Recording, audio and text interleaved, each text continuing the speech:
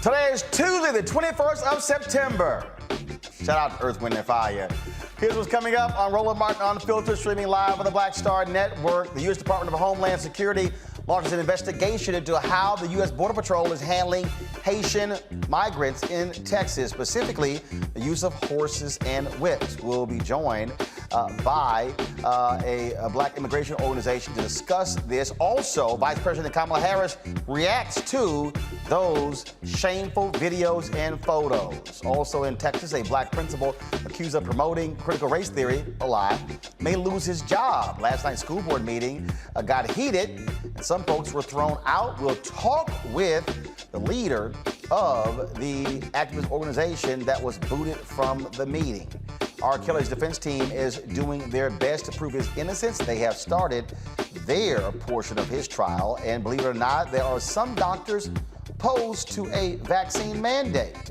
In our crazy white people segment, a mother interrupts the school board meeting about COVID to talk about sex. Another crazy-ass white woman goes to school in blackface to embody Rosa Parks. No, boo. No. And one of the members of the group with Patti LaBelle, Sarah Dash, she has passed away. We'll discuss all of that and more. It's time to bring the funk on Roland Martin Unfiltered, streaming live on the Black Star Network. Let's go. He's got it. Whatever the miss, he's on it. Whatever it is, he's got the scoop, the fact, the find. And when it breaks, he's right on time and it's rolling. Best believe he's knowing. Putting it down from sports to news to politics. With entertainment just for kicks, he's rolling. It's on go, roll, y'all. It's Roland Martin, yeah. Rolling with Roland now.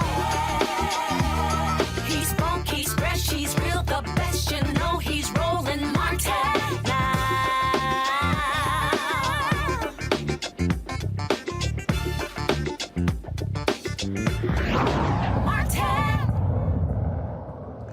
The Biden administration is launching an investigation after footage showing Haitian migrants being mistreated in Del Rio, Texas.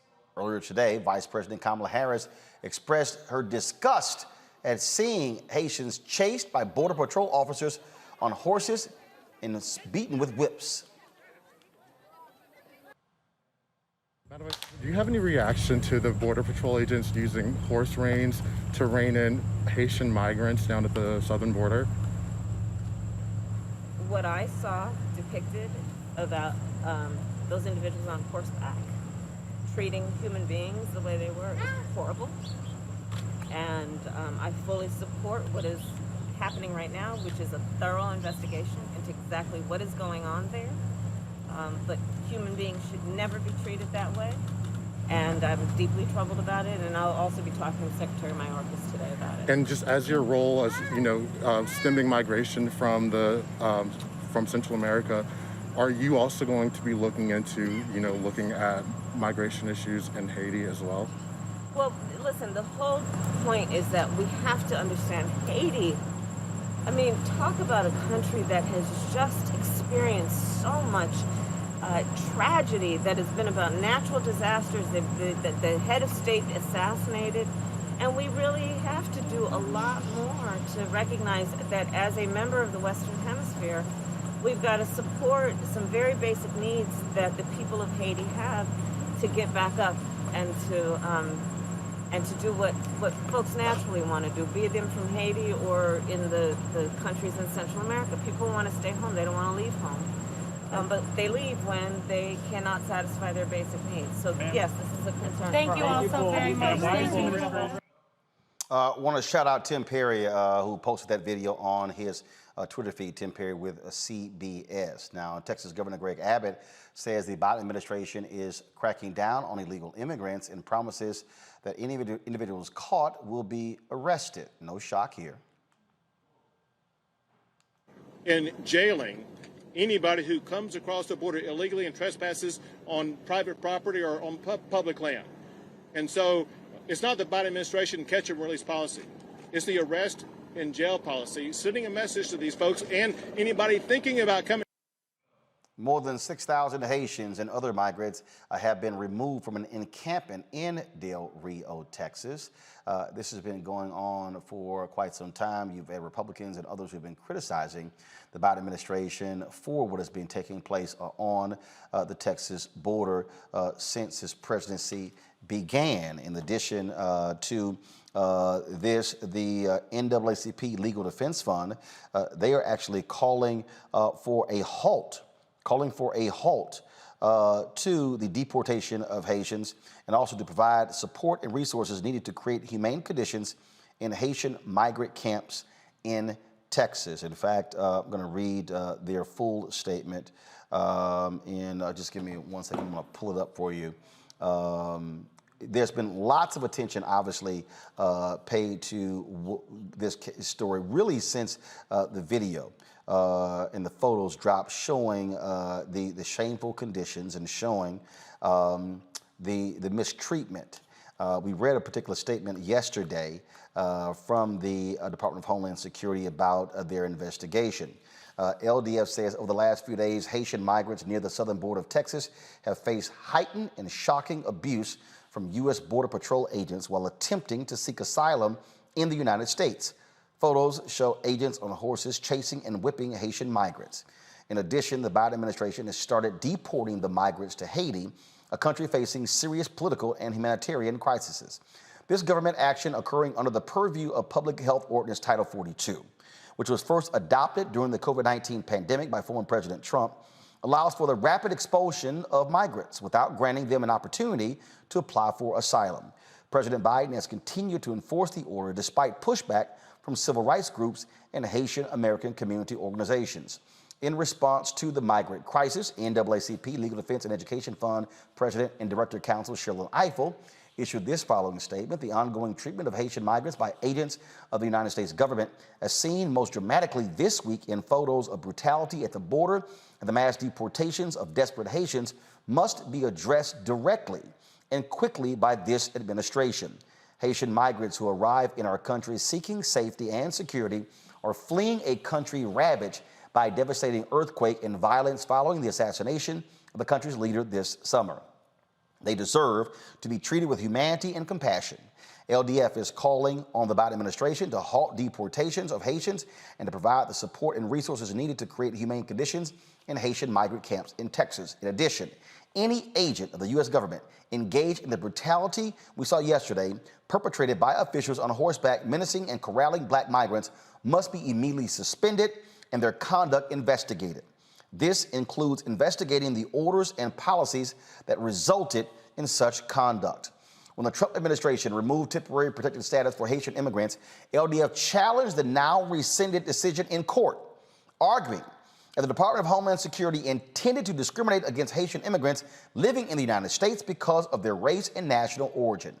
Now, the Biden administration is using Title 42 as a mechanism to facilitate the rapid deportation of migrants at the U.S. border to Haiti. Let's be clear. Title 42 deportations are illegal and a violation of human rights. In 1985, LDF founder and Supreme Court Justice Thurgood Marshall condemned this country's unwillingness to welcome Haitian migrants in his groundbreaking dissent in Jean versus Nelson. He called for equal protection to apply to Haitian immigrants and highlighted the United States' frequent use of policy to discriminate against black immigrants. This repetition of an enduring historical wrong must end, and we urge President Biden to cease all Title 42 expulsions, take the necessary steps to ensure safe passage for all asylum seekers, and bring this horrific violation of civil rights to an end. Now, we have been, of course, reaching out to the administration for the third consecutive day. I have asked the Biden administration to make someone available to come on this show to specifically talk about what is going on there.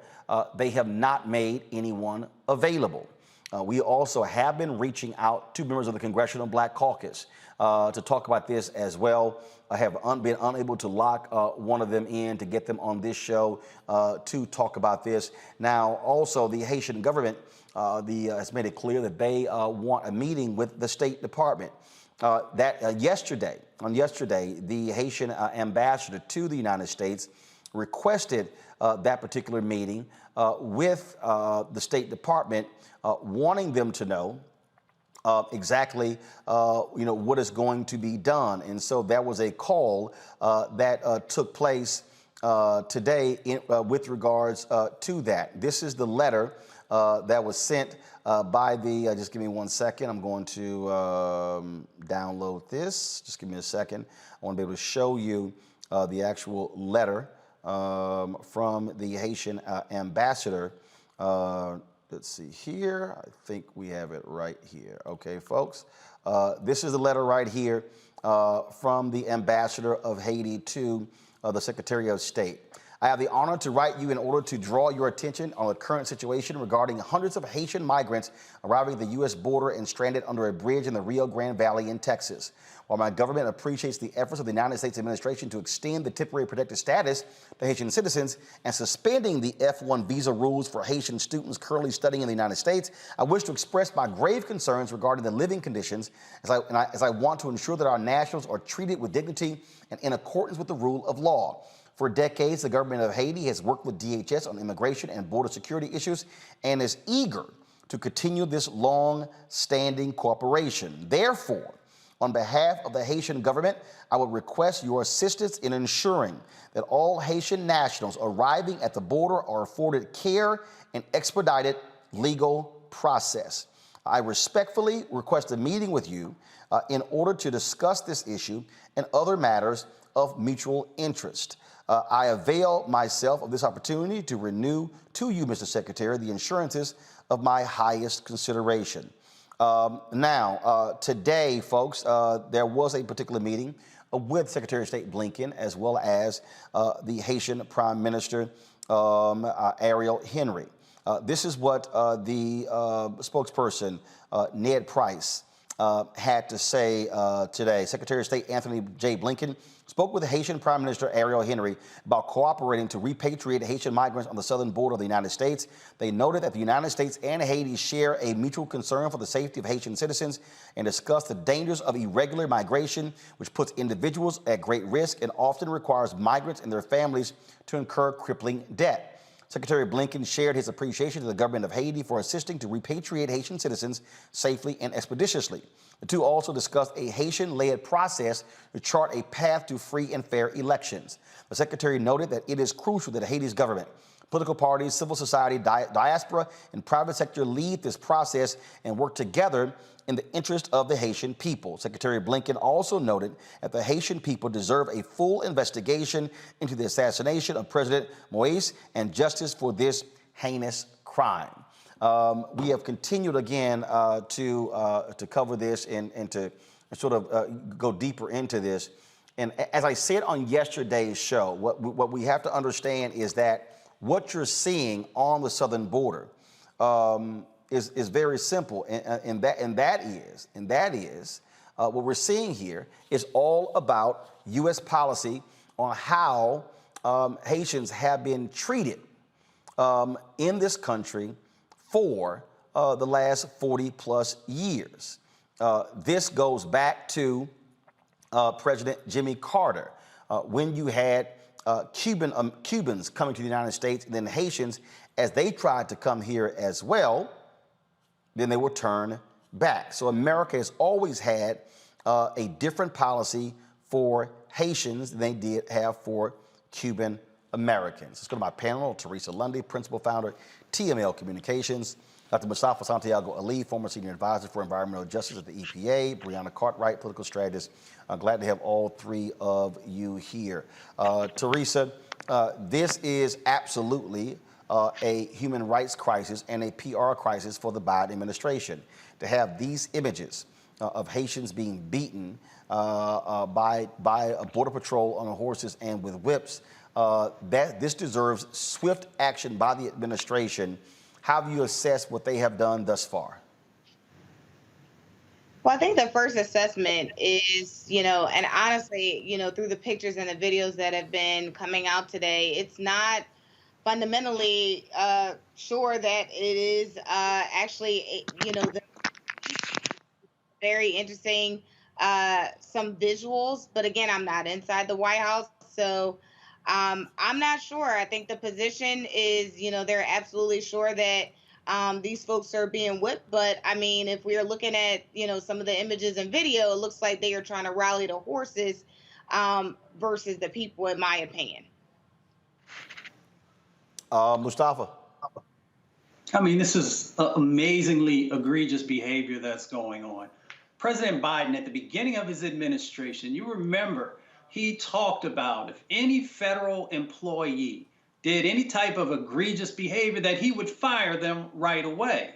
So I understand that there has to be an investigation and you got to go through a process. I know how all that works, but you got to send a very clear message. The individuals who are a part of this right now, they should not be allowed to continue in their jobs. They should be put on administrative leave to make sure that this type of behavior. And trust me, I spent enough time on the border and I spent enough time in Haiti to understand some of these dynamics that are going on. I understand how difficult it is for many of these border agents, the stress that they're under, but you also can't treat people in these inhumane ways. It is so reminiscent of things that we've seen in the past in the history of the United States, of how they've used horses, how they've used individuals who are with law enforcement to gather up, to dehumanize people of color. The administration also has got to get their immigration policy together. They can make sure that they're better utilizing the temporary protective status that you can give, especially when there are these things that are happening in other countries, these devastating things, whether it's earthquakes or hurricanes or whatever it might be. If you've been to Haiti, you'd see how the infrastructure has crumbled, how people don't even have clean water to drink in many locations across the country, where people are literally walking in human waste and all these other dynamics that are going on. So, of course, people are going to try to get to a place where they feel that they might actually be able to have justice and where they might actually be able to live the life that a human is supposed to be able to experience. So they got to do better. The processing, they can get their processing right. This is not a huge amount of people. It is a lot of people underneath of a bridge. But our immigration system is supposed to be able to handle these influxes of individuals in a judicial way. And I have not yet seen a judicial process playing out in relationship to our Haitian brothers and sisters. The thing here that really jumps out at me on this, to be frank, Brianna, is that, again, we have to address the separate policy. We have to address, and someone has to actually answer. And the reason I keep asking the Biden administration to send somebody has to give me an answer. How does the United States willingly accept Afghan refugees, but say we're going to send Haitian migrants back? Why does the United States willingly accept Cubans migrants and send Haitians back? I need an answer. And what I've heard, and again, this has been American policy from Jimmy Carter, Democrat, to Ronald Reagan, Republican, to George H.W. Bush, Republican, to Bill Clinton, Democrat, to George W. Bush, Republican, to Barack Obama, Democrat, to Donald Trump, Republican, to now Joe Biden, Democrat. So this is not a Democrat or Republican thing. This is the question that has to be answered. Yeah, so I totally agree. And I think that as neighbors of Haiti being the neighbor of the most democratic country on earth, supposedly, Haiti deserves to be treated better by America. And you're absolutely right. It's not about Republican versus Democrat. And frankly, this is, not a border issue either. It's a humanitarian crisis. And I do think that it's important now for Black people to stand in solidarity with Haitians to demand better treatment and fair due process. As you stated, Cubans get the pass and we don't. And there's a lot of race to play into it. And all of this will continue to happen as Black people globally, if Black people in America do not step up to advocate for people, for Black people globally. I mean, we have nothing to lose except for our chains in the first place. 2 months ago in Haiti, the president was assassinated, and it's been replaced by a de facto form of government, but no one has been brought to justice. And supposedly there's been Americans that played a part in it, and we go on as if nothing's happened. This past Wednesday, Biden administration deported 86 Haitians back to Haiti. And of course, that one was by the plane. But it's just awful because there's people who've never got their fair justice, the due process, right? The court that Mustafa was saying, there's no process. They're not offering them legal protections. They're not offering an opportunity to file for asylum. And they're just sending a plane full of families back to Haiti under Title 42. But this is unfair because, as you've stated, it's not being done to other countries, and that there should be something put in place for a fair due process for them to receive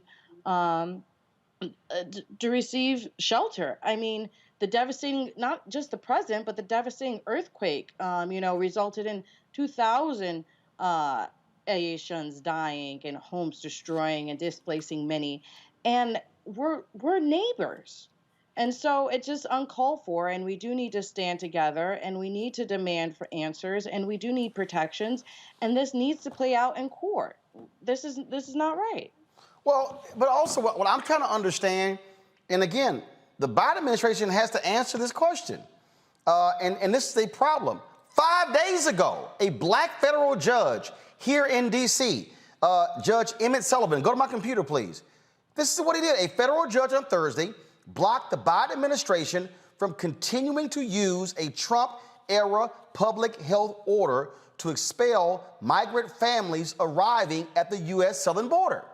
In a 58-page ruling, the U.S. District Judge Emmett Sullivan found that the Title 42 policy does not authorize the expulsion of migrants and, in turn, does not allow for those removed to be denied the opportunity to seek asylum in the U.S. The judge's order will go into effect in 14 days. So here's the thing, Teresa. I need to understand why, where are members of Congress? Where are U.S. senators saying to President Joe Biden, sure, this federal judge's order goes into effect in 14 days. So why aren't you doing the right thing by stopping it now? They literally are expelling Haitian migrants under Title 42, even though a Black federal judge ruled 5 days ago that they cannot do this. And it seems like it's a really weird oversight that is happening, or just not attention being paid, not much attention is being paid to it.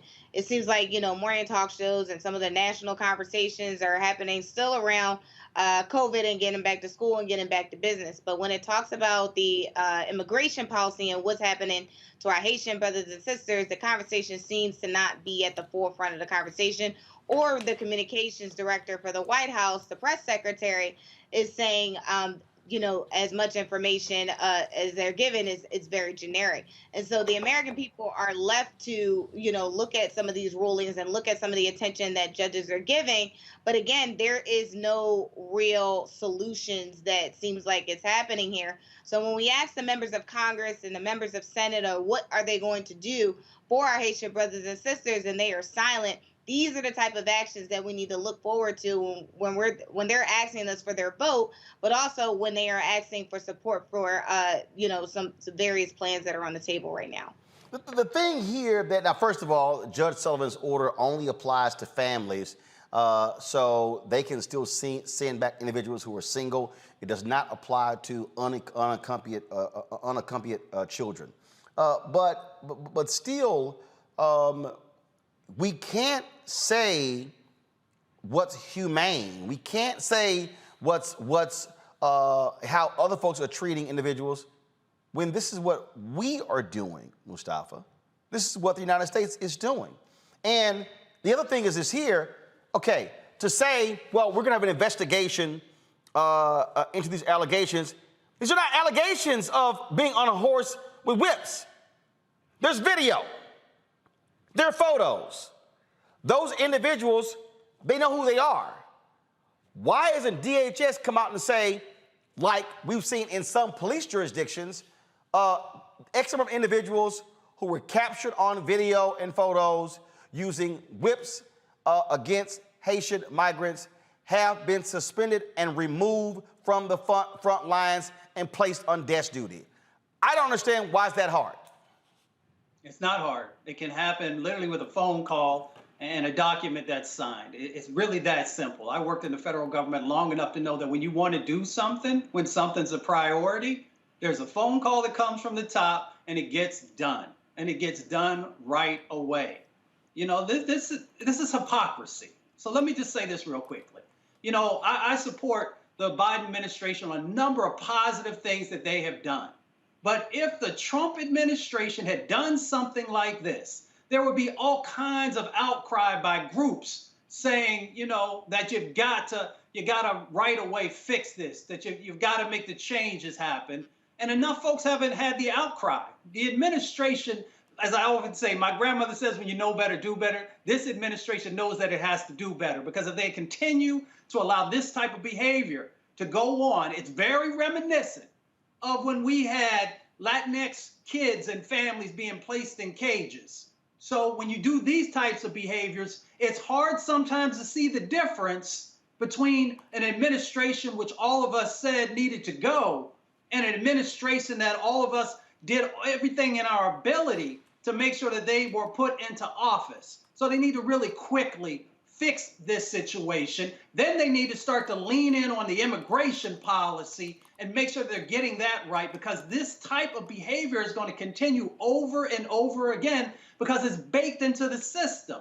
We know that Haitian immigrants, African immigrants, and a number of others who come from the diaspora have never gotten justice. I would ask everyone to go and look at the immigration numbers over the last 40 or 50 years and see where the majority of people come from who make it into our country. And it's usually the people that folks see value in. You get certain visas if you can work in the technology area. But when it comes to folks who are trying to get some footing underneath of themselves, the numbers get real sparse real quick. And if you look at the hue of the people, the skin color of those individuals, they usually are black folks. Brianna, and it's interesting because when you look at the reaction, first of all, I've been tripping out all these yahoos who want to hop on my social media and say, even like last night, Roland, why'd you talk about the Haitian deal? I'm like, you do know we discussed it for a whole hour on the show. Where in the hell were you? But the thing here, and I got, especially all these B1, ADOS, FBA people who were always dogging immigrants before, but now all of a sudden they care about Haitian immigrants. Yeah, I'm calling y'all out too. But the thing here is this here. Okay, so here's the question even for a lot of black people that we got to deal with. It's a lot of black folks I've heard who are like, yo, we shouldn't have these folks in the country. Okay, are you against Mexican immigrants or are you against Haitian immigrants? See, this has been a contentious issue that doesn't get a lot of conversation, a lot of discussion about what happens in the black community. I know a lot of black folks who love sitting here, and I've seen their tweets, and I've seen their posts in our chat rooms on YouTube and Facebook. Got a lot of critical things to say about immigration, but are they saying anything about, and we've been talking about these black immigrants.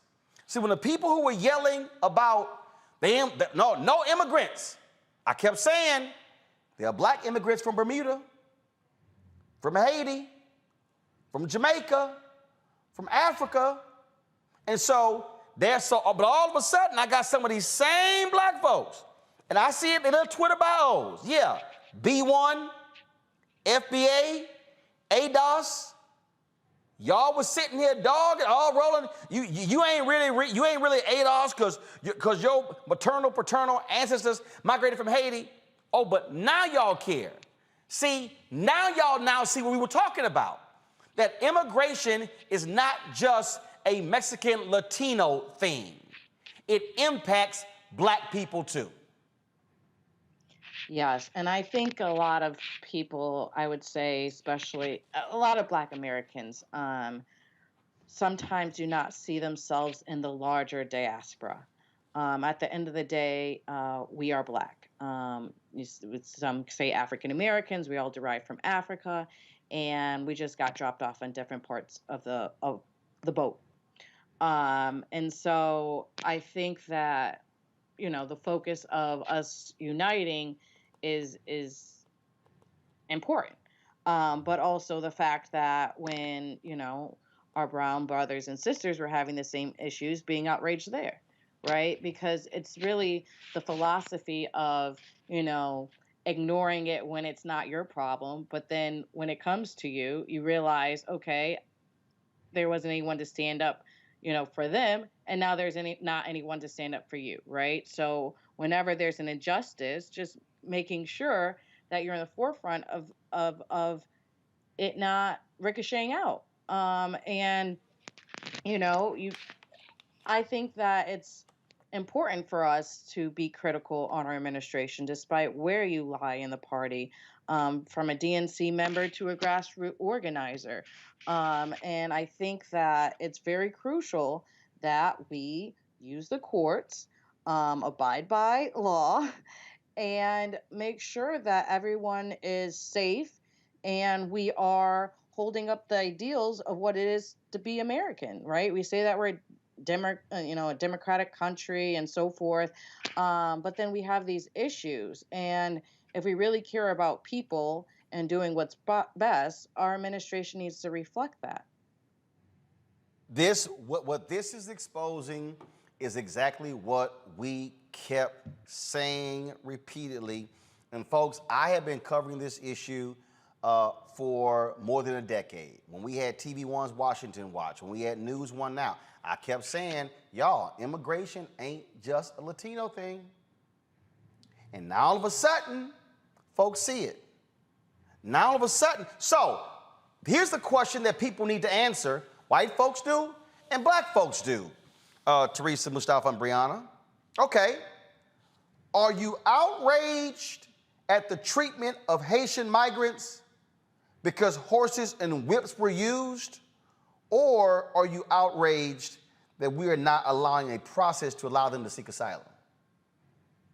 That's the real deal some of the people got to answer. Because, see, I think some of these folks are outraged by saying, see, Biden no different from Trump. But some of these folks, see, again, the question is, are you for real? And I think some folks are playing games here because they were shitting on immigrants, and now all of a sudden they black immigrants, now they care. But we kept telling you they existed. Now you're seeing them. Let me say this. The Biden administration is definitely different than the Trump administration, and that's why we got to hold them accountable. And we got to make sure that let them know that we have outrage and that we expect something different.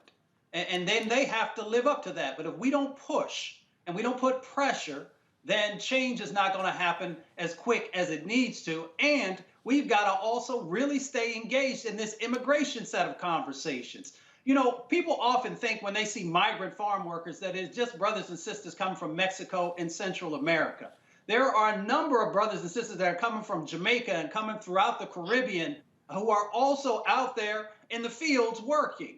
So we need to understand the totality of what's going on. And this is not just an issue on the southern border. We often talk about the southern border. It is also about the northern border and individuals who can blend in Canada and then make their way down into the United States. So let's make sure that we have an immigration policy that is understanding both borders and that justice actually becomes a part that is fully represented in the process. And then we won't have these types of situations going on. See, you know, it's so interesting. I see some of the people that comment, Roland, that's unfair. We can care about both. No, some folks don't care about both. And what I'm trying to challenge folks on, again, and the point that I'm raising is that there are black folks who are ardent opponents of immigration. Mm-hmm. So again, what are you angry about?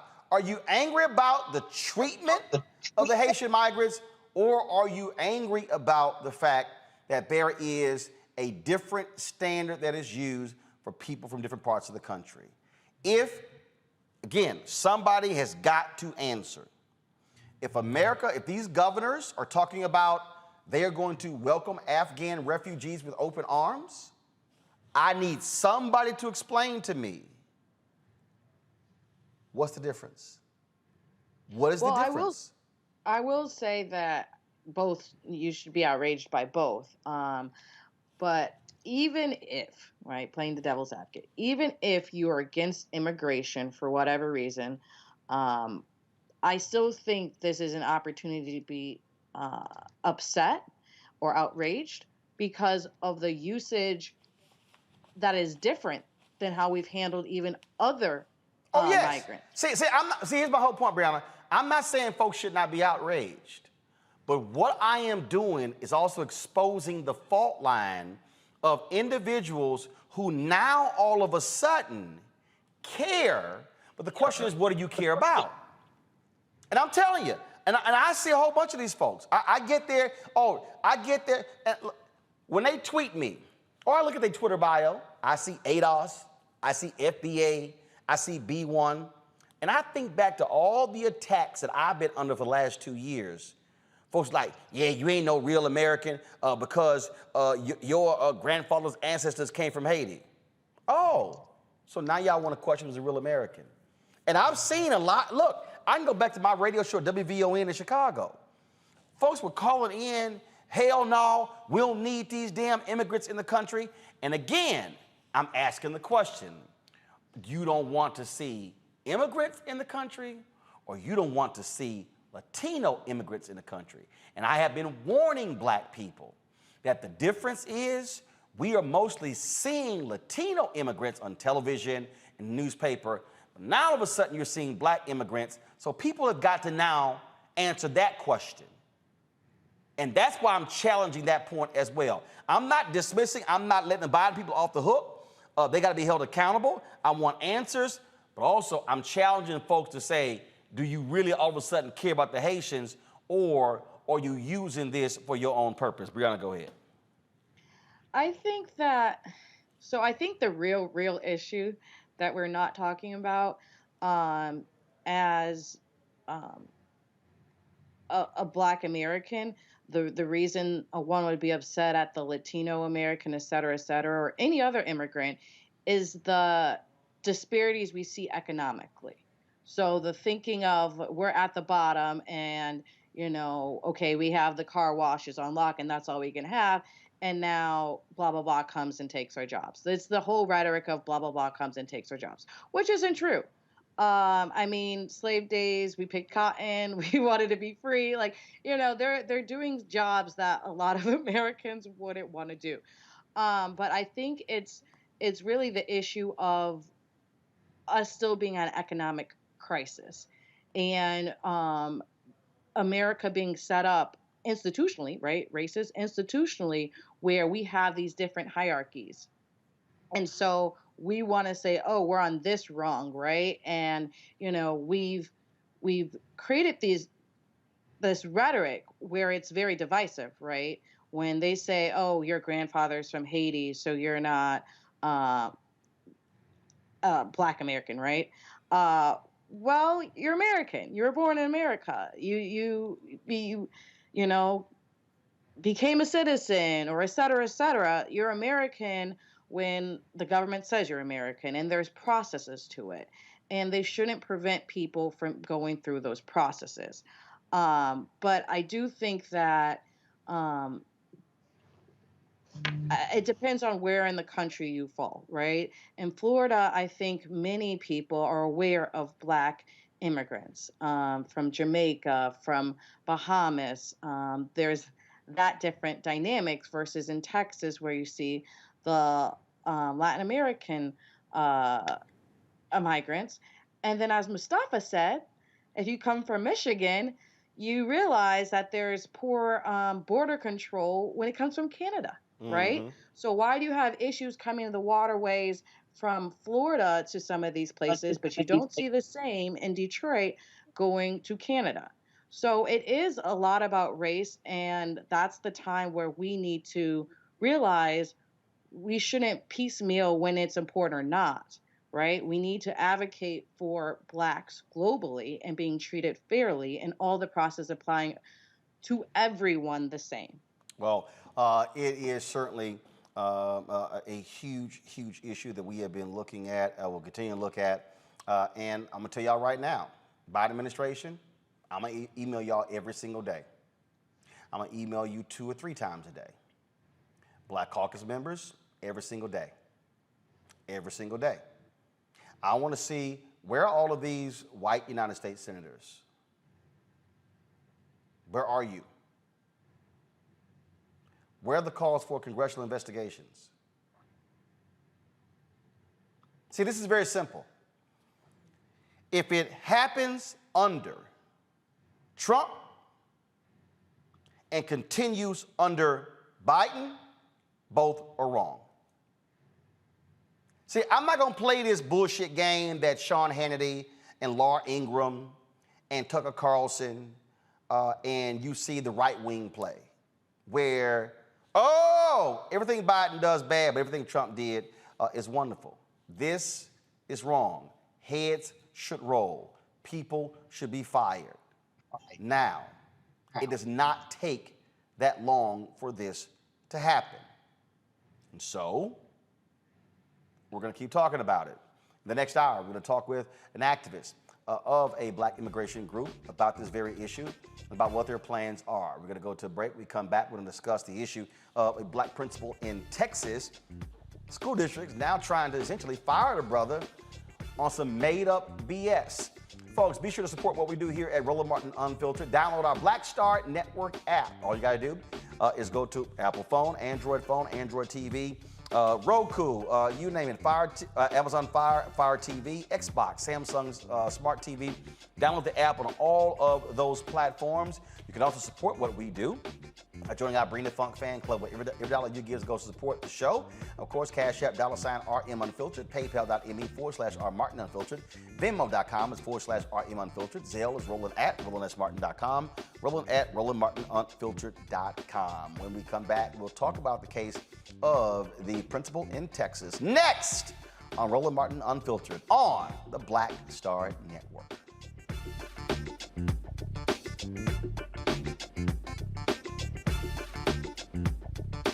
I believe that people our age have lost the ability to focus the discipline on the art of organizing. The challenges, there's so many of them and they're complex, and we need to be moving to address them. But I'm able to say, watch out, Tiffany. I know this road. That is so freaking dope.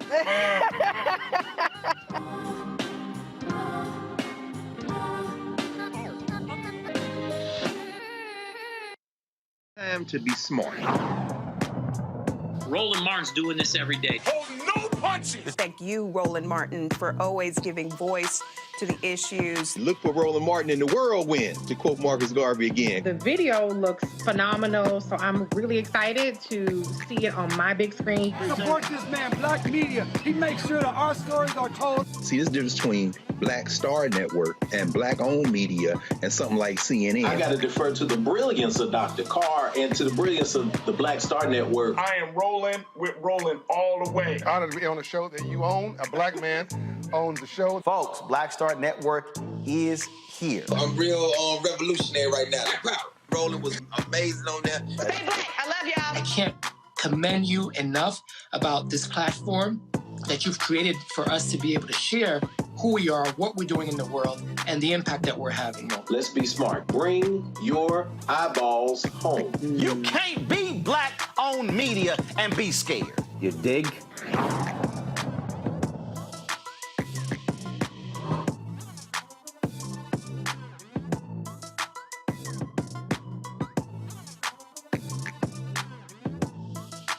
Floyd's death hopefully put another nail in the coffin of racism. You talk about awakening America. It led to a historic summer of protest.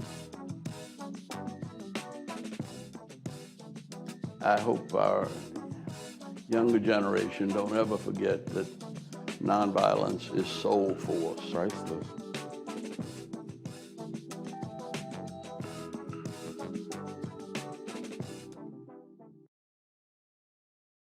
Hey, I'm Donnie Simpson. What's up? I'm Lance Gross, and you're watching Roland Martin Unfiltered.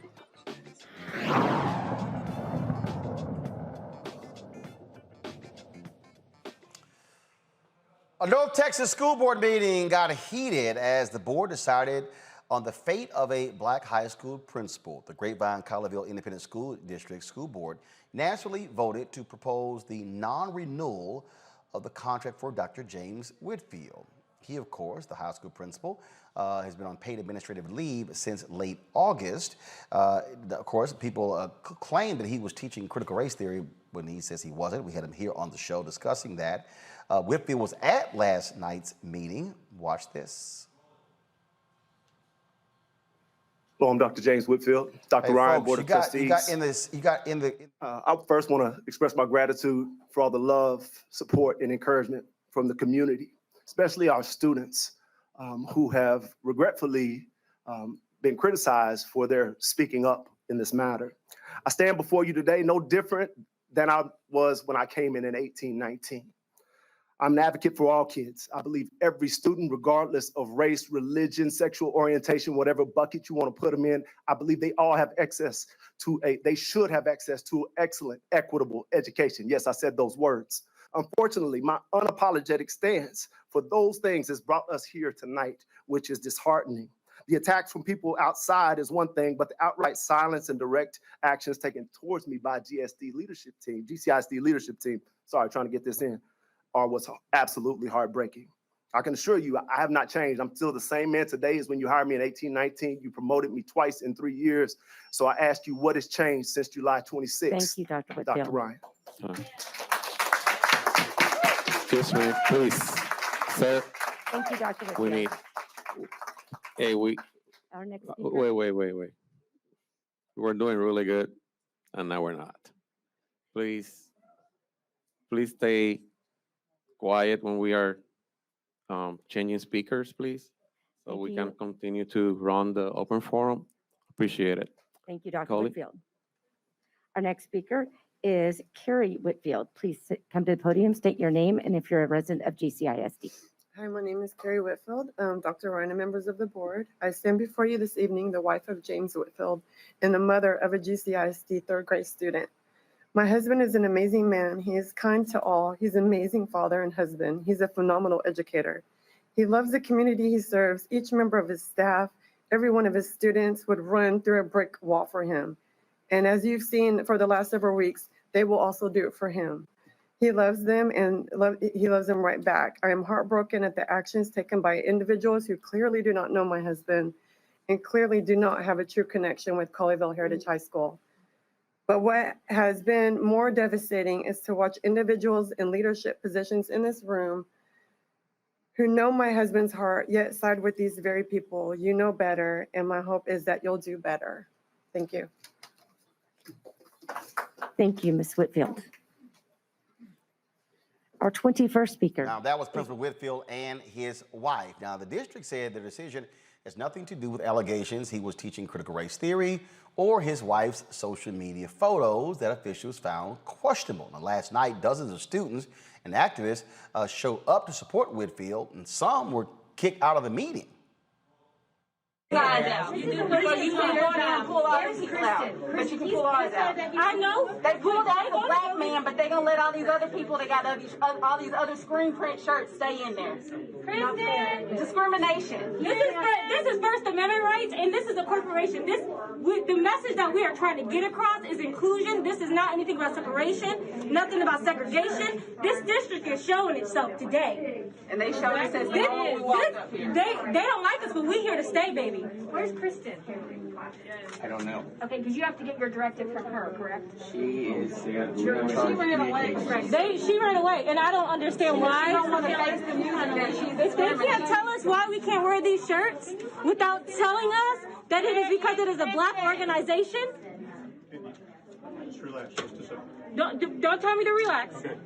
First off, I'm Alex Smith. I'm the director of the security and the school security here in the emergency management. Okay. So the decorum rules that were set forth. Okay. Have you received those? No, I received them. It's an unofficial document, but okay. Okay, so you have received the decorum The unofficial document, yes. This is the decorum rules. The unofficial document.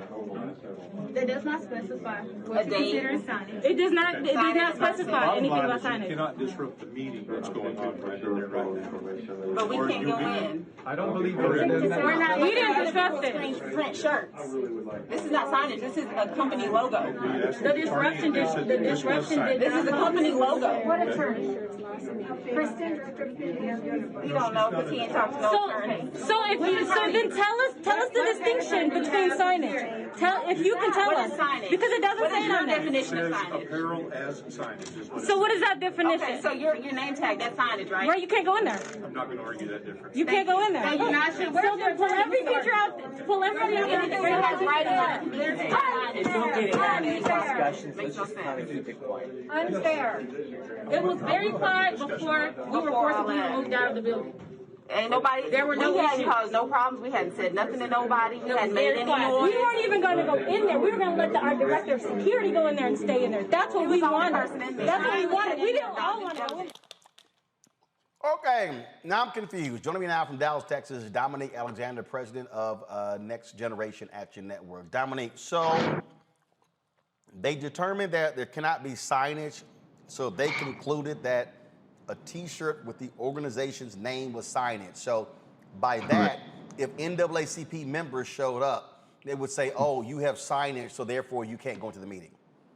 Their policy was so contradictory, and one of the things that we had our organization's attorneys there, and what ended up happening is because that man said that on that video, they end up having to go in there and go get people who had even the school district shirts on and tell them they had to leave, right? And I said, okay, clearly your policy was not intended to disparage against someone wearing an organization, or was it for somebody that is wearing a T-shirt that says something, right?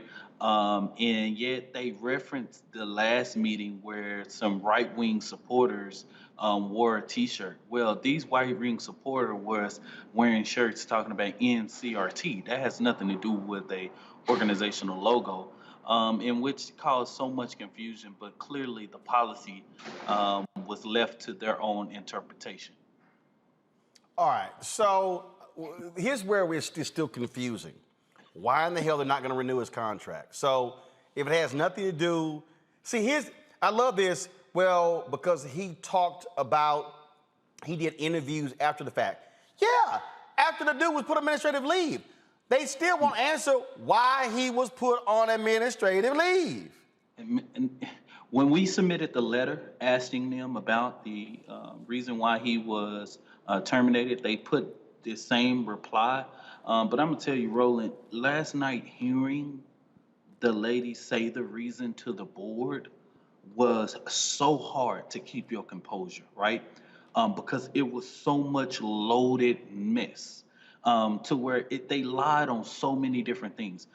When he had the meeting with the superintendent on August 11th, he literally left the school and went there. His secretary called him and said that the superintendent had canceled the meeting, and he ended up having to meet with his executive director, and his executive director had put him on paid administrative leave, right? Last night meeting, they said that he had the meeting with the superintendent. And yet one of the board members say, okay, did he have the meeting or not? Because I'm hearing that he didn't have the meeting. So, you know, clearly they literally cave to these racist supremacists. And Roland, I have to remind you that this is right down the street from Curl ISD, South Lake Curl, that is literally on national news right now. This is the same pretty much neighborhood that's next door from each other. So this is a real growing issue. Well, first of all, I know the area very well. It is there. So, you ain't got to remind me. I know. And exactly also what kind of school district this is, the income of that school district, and the racial makeup of that particular school district. And what we are seeing is we're seeing these right-wing MAGA fanatics all across America who are attacking school boards, school districts, administration, and staff because they are falling for the okie doke on this made-up BS dealing with critical race theory. That's what we're dealing with. Correct. And one of the things I want to note, Roland, and shout out to you continuing to give this platform. A couple of years ago, you had me on the show talking about when a guy asked for my removal from a chief of police interview panel. And I said something at the end of the interview that ended up becoming on the New York Times. And it said that I would never ask for permission for the oppressor to liberate my people. And what prompted them to say something to NGA members about the shirt is that I put that quote on the back of the shirt or whatever and stuff like that. And that quote was originally said on Roland Martin Unfiltered. And that's what triggered them to say, and basically like, oh, they gotta go. They gotta move that shirt and different things of that nature. But just like you said, critical race theory is some made up term that, quite frankly, Roland, you asked me 7 months ago, I wouldn't even know what you was talking about. Well, it shows you what's going on here. Unfortunately, this brother is left in a lurch. We had him here on the show.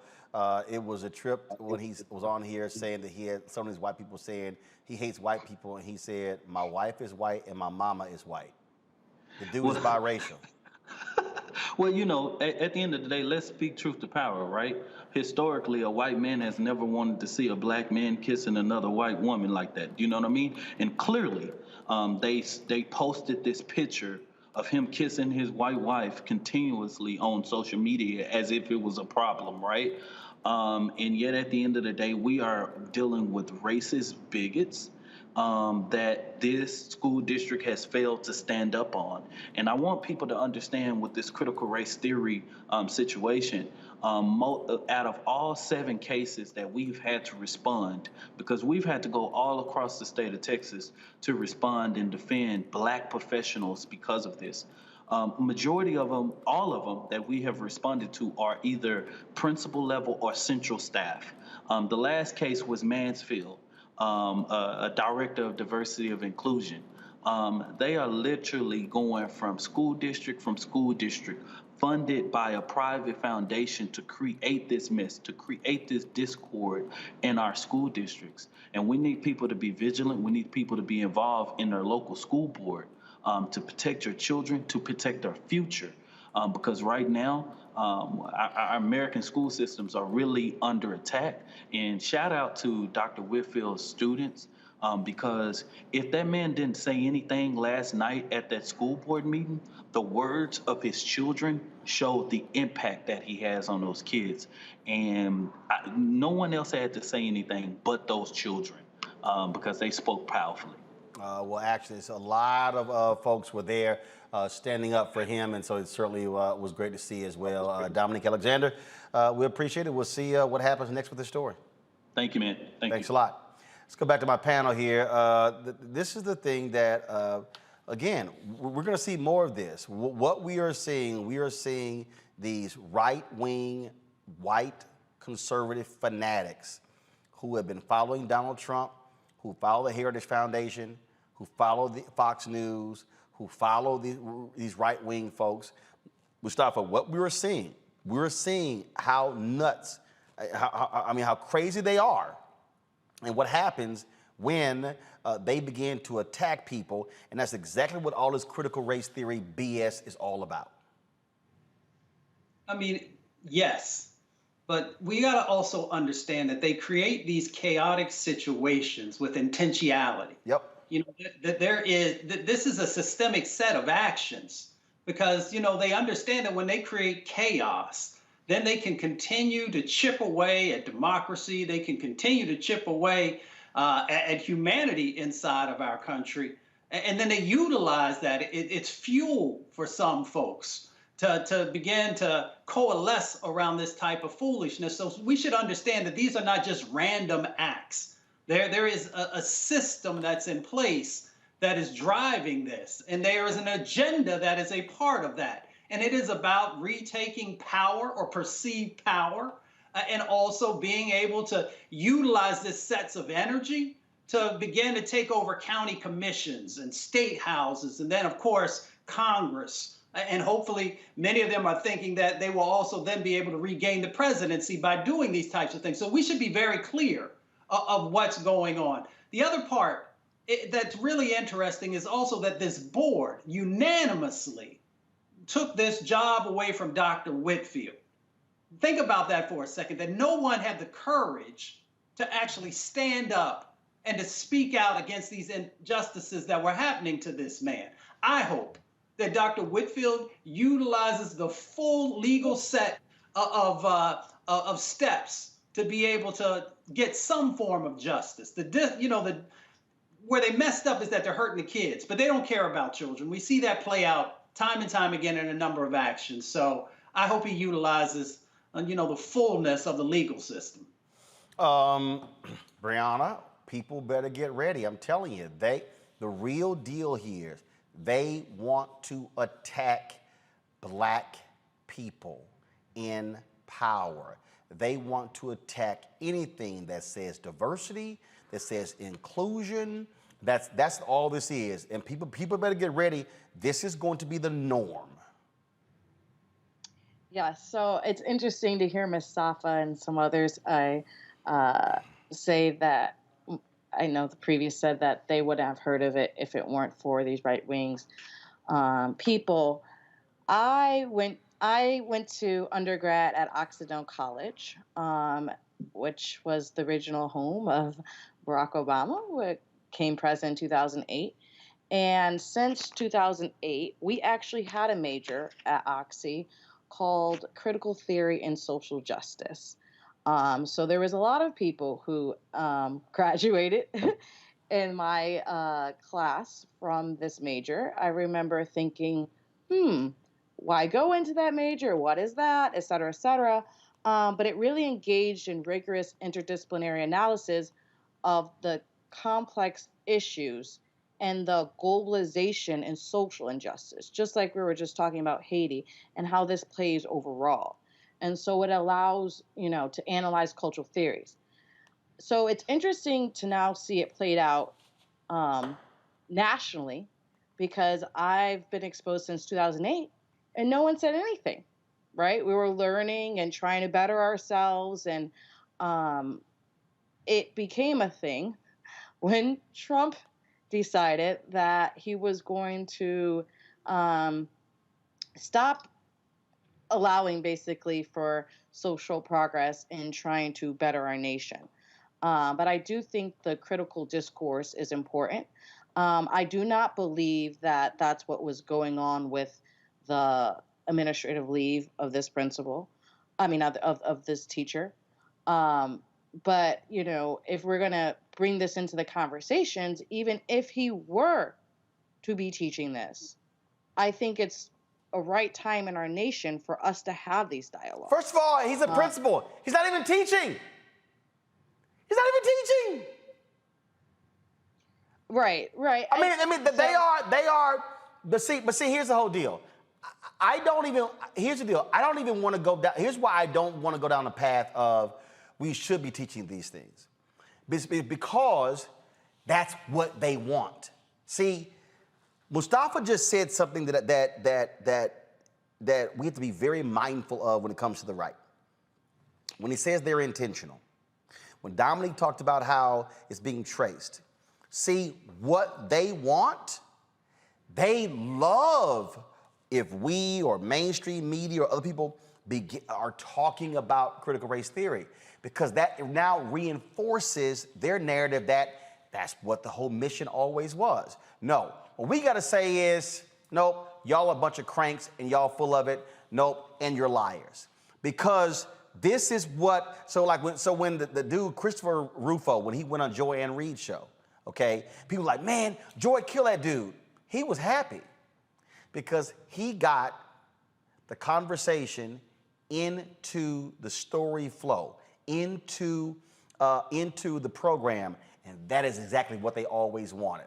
This is a well-funded, well-researched attack, and we just have to understand the game being played and not fall for the trap, Brianna. That's what we got to be very careful about. Well, so I hear you, and I understand that we need to be deliberate and stick to the point. However, I would want to ask you back what you believe is the root cause of this administrative leave. I feel that because, as you stated, the social media and so forth, that there might be race that plays a part in it. And within that, even if, I know you said let's not go down teaching it or not, but even if, that's the case, the heart of the program, or the heart of critical race theory, is to actually question the inequality in systems of power, is what we are seeing play out right now, right? The fact that, they don't like what this black man is saying or doing, and he's around children or students, and without giving proper, explanations why it's a violation or putting them on admin leave, they just do it because they have the power to do it. And so I think within itself, we do have to point out that there is a huge chance that race plays a part in why this happened. Oh, first of all, okay. there's no other explanation here. I mean, when the fact that the district, Teresa, can't actually say what it is, we've asked Whitfield, he said they actually can't articulate it to him. He was asked to take the photos down of him and his wife. Why are they asking? Why are they asking to take the photos down of him and his wife on their Facebook page? They weren't nude photos. Oh, because the actual photo, because it's probably some white folks, oh, that's a sexual photo. What we're seeing here, and again, it's understanding all the different nuances. It's the basis of the book I'm writing called White Fear. They do not want to see any advancement of black people who are not like an Alan West or Candace Owens or Larry Elder. So what these folks are doing are attacking this brother, and then the district, they're so gutless, they don't want to be honest as to why. That's what's going on. And so you got these white students who are like, we love our principal. But then you got these other white parents who are yelling, kicking, and screaming, he gotta go, gotta go. I'm sorry. They can't actually say why. Teresa. Yeah, there's always been a divide between student learning and adult learning. I think students, and I'm a millennial myself, I've always had a hard time, even trying to articulate some of the nuanced curriculum to our parents. And so when you have the students saying, I don't understand, students are looking for facts, they're looking for answers, they're looking to be educated in order to give the parents or school officials feedback. And I think when it comes to Dr. Winfield and his situation, it is blatant racism, it's blatant discrimination. Anytime you have a principal that is allowing students to have a free space and a free thinking mind in a district that has not caught up with the times, these are the type of situations that are going to happen. Unfortunately, it's taken another toll on the school district as a whole, and the education portal, I feel like, has also disseminated in the message. The message has been lost. And so I think it is up to the education that has been given to these students by the teachers, but also authorized by the principal to figure out how to bring everybody back. But at the end of the day, the principal, what he's going through is, it seems like something internal is happening. But I do believe, Roland, as regards to your book, this is a phenomenal case study, as in white fear, what can happen, but also what solutions can happen if I think the right support system and the right advocacy and the right light is shown on these type of discriminatory practices. This is the photo that pissed them off. This photo right here. This is the photo. He said they came to him and said, "Hey, can you take that down?" Why? It's a personal page. I mean, first of all, she's not even in a bikini. He's not sitting here in swimming trunks. They're not showing skin. But understand, understand what's going on here. And I'm telling you, I just need everybody to understand. You got to understand the game that is being played here and what they want. See, they want us talking about these discussions on their terms. And what I'm saying is, you can't talk about anything on their terms. We got to say, nah, we're going to call it exactly what it is. All right, folks, go to our next story here. It's R. Kelly's defense turn to call witnesses to prove the singer's innocence on day 21 of the trial. Today's Kelly's accountant, John Holder, testified he never saw him torment his alleged accusers. Holder described seeing Kelly carrying around a backpack full of cash to take the women and girls on shopping sprees. On cross-examination, prosecutors tried to discredit Holder by saying as R. Kelly's accountant, he was not a significant player in Kelly's inner circle to know the intimate details of what was happening with Kelly's accusers. They will continue their defense on tomorrow. House Democrats are introducing a bill to empower the Health and Human Services Department to put eviction moratoriums in place. The bill is called the Keeping Renters Safe Act of 2021. Congresswoman Cori Bush and Senator Elizabeth Warren sponsored the bill. Congresswoman Bush says the bill will eliminate a lot of the red tape for those who need immediate help. The bill directs HHS to implement an eviction moratorium for the duration of this COVID-19 pandemic, plus 60 days. The bill would implement a moratorium that would be automatic. People wouldn't have to apply for this protection. It would cover all residential eviction filings and proceedings, with exceptions only to protect the health and safety of others. Folks, the proposed bill, HHS and the CDC would have permanent authority to impose eviction moratoriums in a public health crisis. Then again, of course, it could easily pass the House, but when you got Senators Kristen Sinema and Joe Manchin blocking anything over there, well, nothing gets done.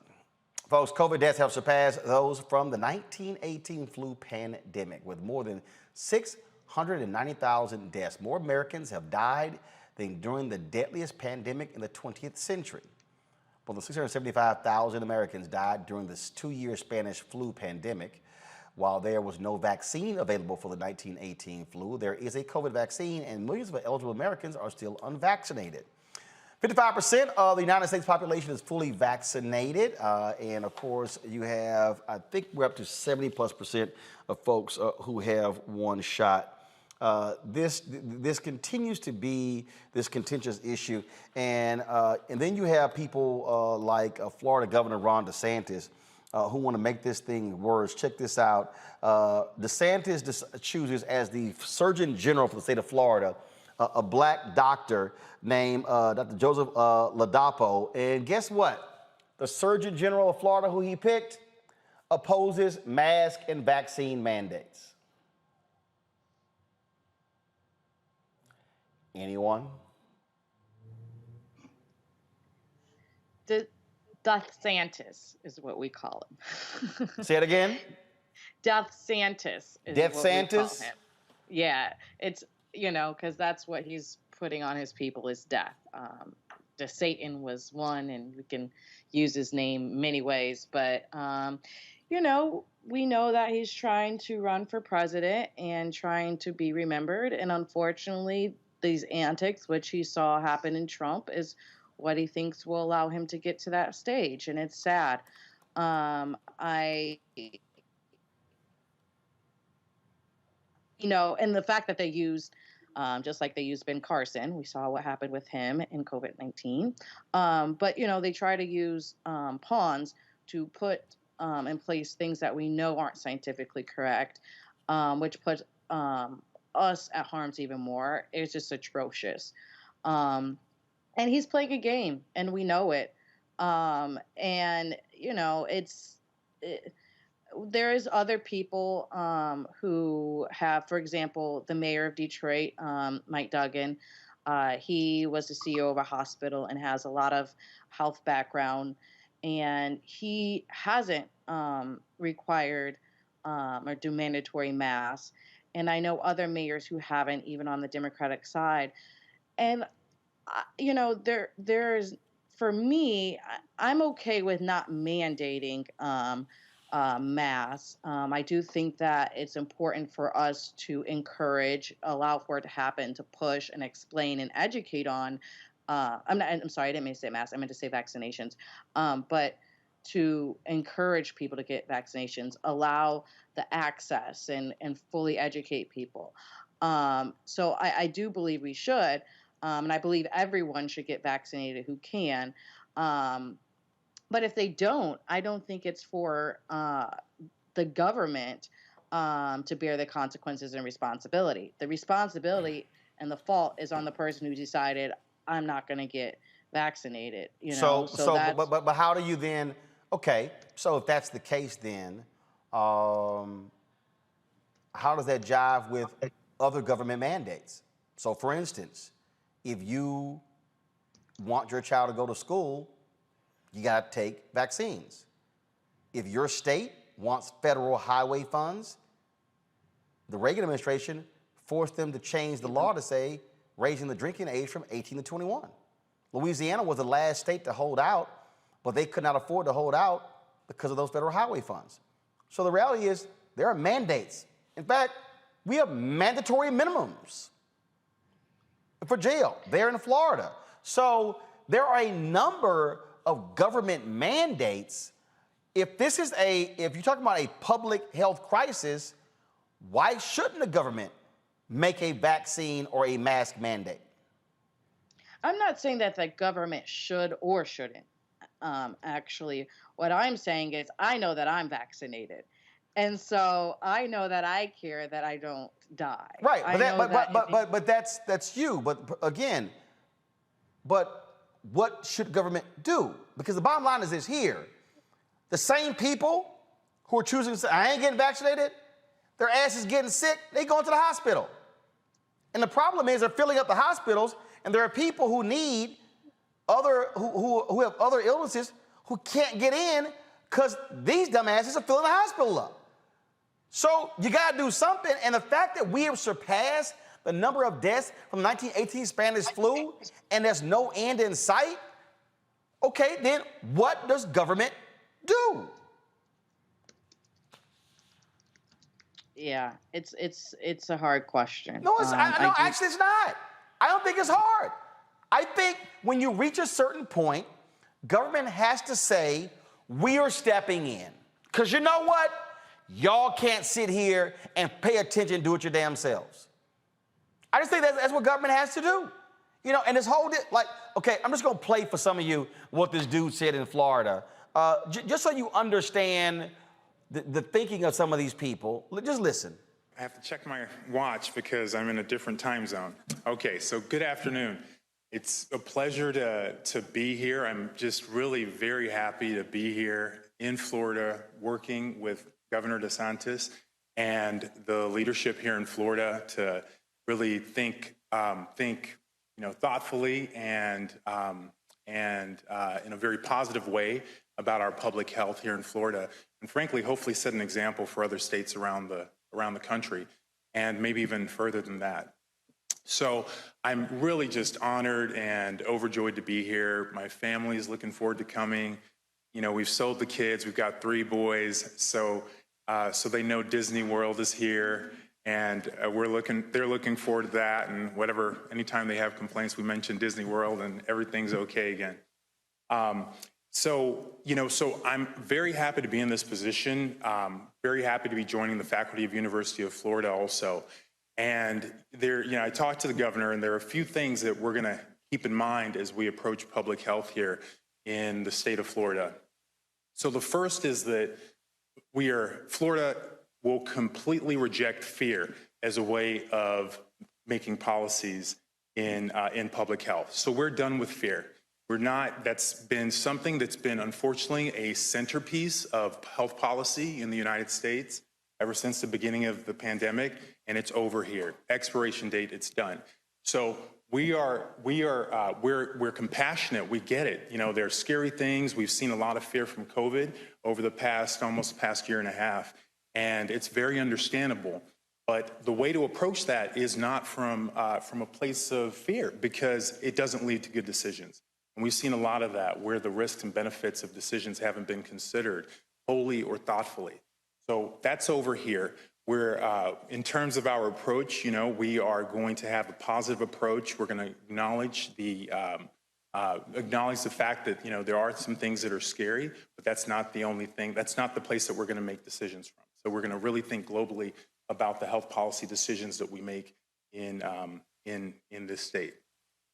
The second thing that I plan to be sure is very clear in our policy making is that we're going to make it very explicit. We're going to be very explicit about the differences between the science and our opinions. So we all have opinions, we all have a perspective, and we are absolutely entitled to those perspectives. What's been happening over the past year is that people have been taking the science and they've been misrepresenting it. They've been using the science, and it's been unclear when the discussion about the science ends and discussion about how you feel about the science and what you want people to do with the science begins. And that will never be a problem here. That's never going to be something that. Okay. Teresa, we're going to reject the fear. That's what he said. Right below this story, go to my computer, please. This is the front page of the Miami Herald website. This is what's right below. Tuesday, Florida COVID update, 13,201 more cases added to state tally.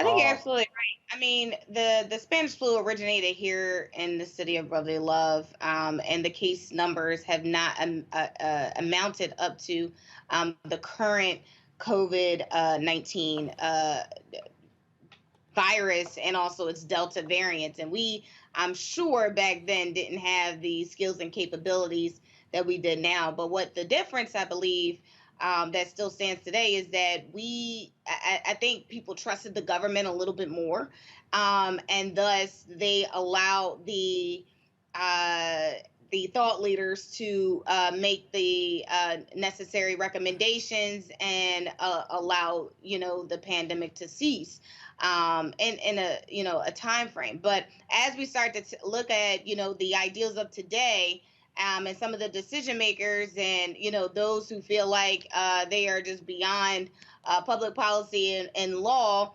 and want this freedom of speech. But again, we're all interpreting and educating the law about the law and the Constitution very differently. But again, when it affects lives and when it affects families and individuals, that's when the hardship actually kicks in. And when there's no plan in sight, I think every time I've looked at the news and nationally, it has always been about the pandemic, and it's always been about the rights of our freedom, right? So we went from the business community, we went from the education, we went from kids shouldn't be wearing masks, and masks are invasion of privacy, versus all these distractions, I like to call them, versus the actual issue, which is coronavirus is killing people. Coronavirus has proven that if you do not have the vaccination, you are a transplant, and that virus getting to someone else.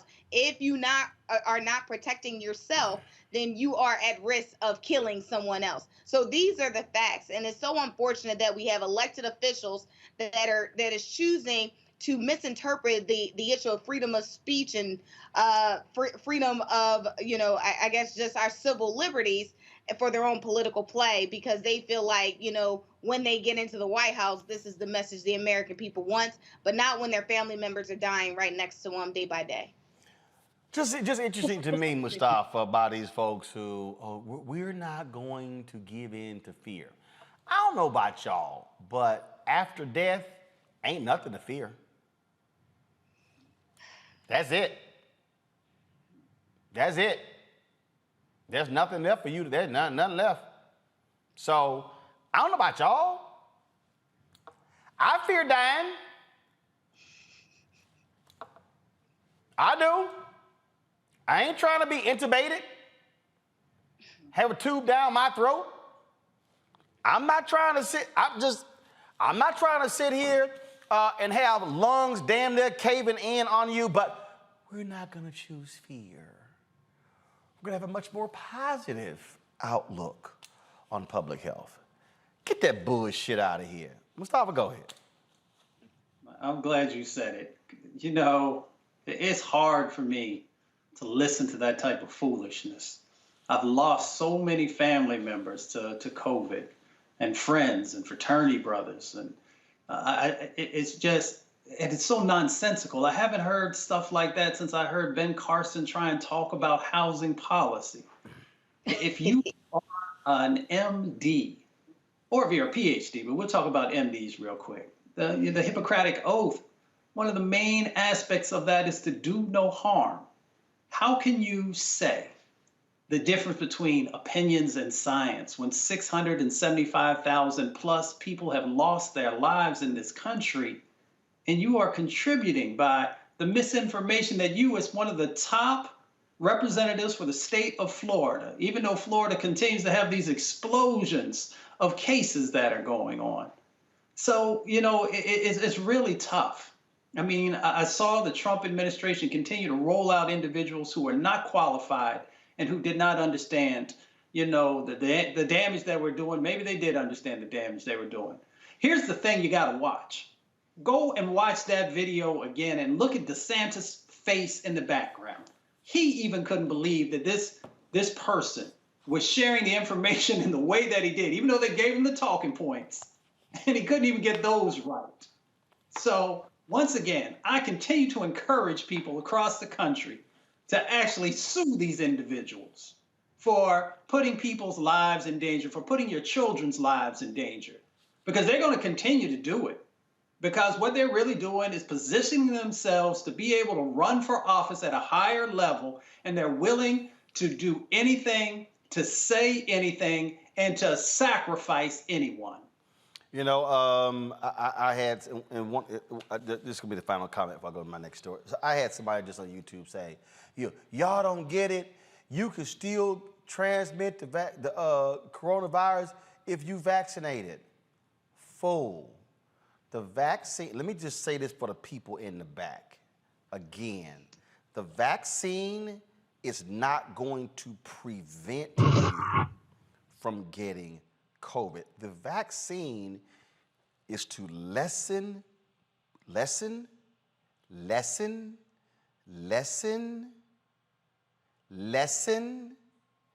diminish, curtail, any other words I can come up with? The symptoms, which is why all you clueless ass people 98% of those who are dying now of the Delta variant are unvaccinated. 98. 98, 2. Hold on, let me make sure I was in the picture. This is 2%. This is 98%. Which side of the scale would you like to be on? Again, you ain't got to get vaccinated. But I'm just trying to tell you, you're playing Russian roulette. And you know what? You can survive Russian roulette. But that bullet one day might come up in that chamber. And you know what? And if it does, game over. That's it. So whatever little money you got, your family gonna get. And they're gonna have to sit here and mourn you. And I can tell you, and Mustafa, he and I have talked about it, I can tell you how many people we know right now who are going, my goddamn uncle, my best friend, my fraternity brother, my sorority sister. We tried to talk to them, and they were like, no, no, no. My pastor, no, no, no. I ain't getting that vaccination. And today they're dead. So, do you? Just know what doing you comes with. All right, folks, when we come back, we're going to talk to a immigration activist about the Biden administration in Haiti and a couple of crazy-ass white people stories. One of them, this fool came to school in blackface saying that she was a modern-day Rosa Parks. Hashtag Team Whip That Ass need to show up at that Oregon school. We'll break it down next on Roland Martin Unfiltered, streaming live on the Black Star Network. White supremacy ain't just about hurting black folk. Right. You got to deal with it. It's injustice. It's wrong. I do feel like in this generation, we've got to do more around being intentional in resolving conflict. You and I haven't always agreed. Yeah. But we agree on the big piece. Yeah. Our conflict is not about destruction. Conflict's going to happen.